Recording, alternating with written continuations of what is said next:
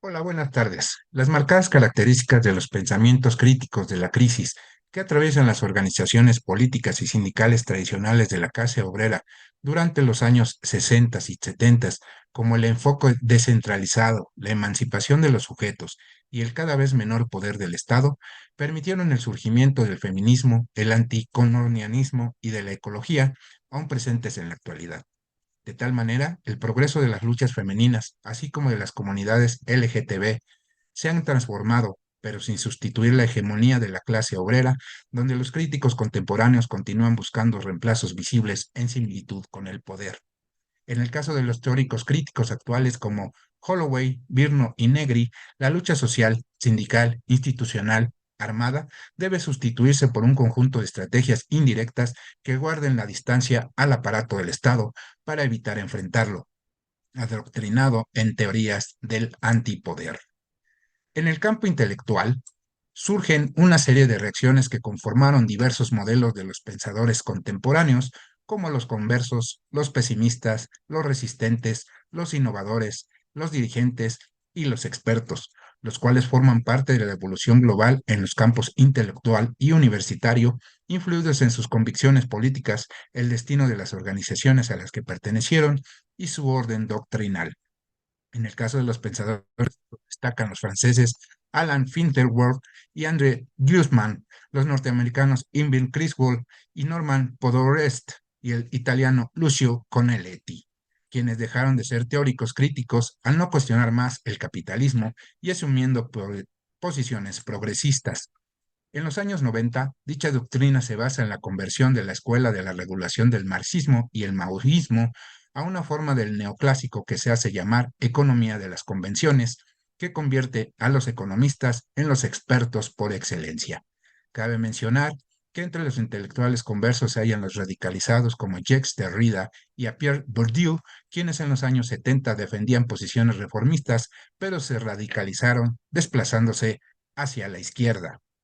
En otra categoría de intelectuales críticos está la de los pesimistas, los cuales también se hallan en la categoría de los conversos, donde dichos intelectuales que alguna vez fueron críticos optan por reconciliarse con el orden existente al considerar que la transformación de la sociedad es peligrosa y por tanto su actitud es pesimista y radical, pretendiendo elaborar teorías críticas sin dejar de mostrarse escépticos ante la posibilidad de derrotar al capitalismo en un futuro.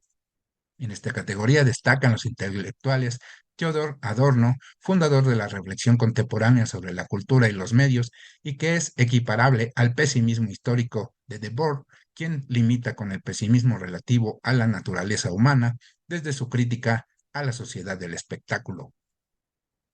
Por su parte, Jean Bourdieu, quien destaca que el incremento de la violencia no es suficiente para dar acceso a la realidad, pues la realidad es un principio, mismo que se ha perdido. En tanto, Perry Anderson, quien con su estilo de pensamiento y del contenido de sus aportaciones, presume un pesimismo del que el optimismo de la voluntad fue abandonado.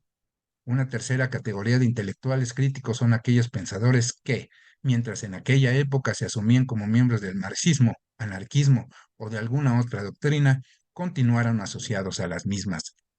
Los llamados resistentes, que coincide con los innovadores, adaptaron sus teorías a las circunstancias actuales. Todos los innovadores son resistentes, aunque no todos los resistentes son obligadamente innovadores, quienes se destacan por introducir un pensamiento nuevo en el plano teórico.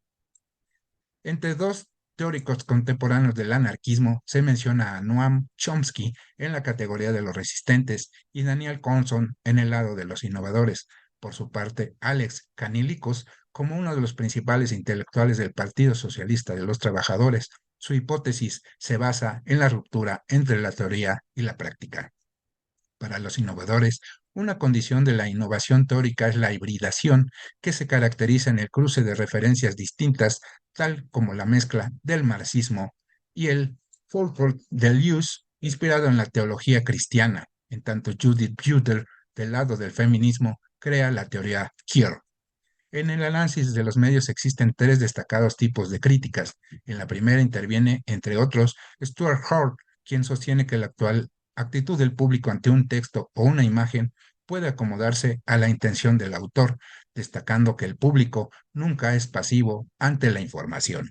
Para Noam Chomsky, el modelo de la propaganda muestra el carácter sistemáticamente tendencioso de la información, mientras Pierre Bourdieu muestra que el campo periodístico se caracteriza por una circulación circular de la información que concluye perpetuando los errores. Una sexta categoría de los pensadores críticos surge durante los ochentas denominada el experto o el contraexperto, basado en una crítica interna del discurso dominante colocada en el terreno de los análisis que intenta impugnar y que se anuncia en nombre de las mismas normas científicas, demostrando qué función ideológica cumple el discurso enjuiciado, donde los intelectuales que pertenecen a dicha categoría compuesta por universitarios son mayormente economistas y sociólogos. Jacques Kerouac pretende volver a poner en su lugar todo lo que el neoliberalismo hace funcionar al revés, mientras Pierre Bourdieu fundamenta su teoría en las opiniones de sentido común y el conocimiento científico, donde el sociólogo es el único que está en condiciones de alcanzar la objetividad del mundo social. Muchas gracias.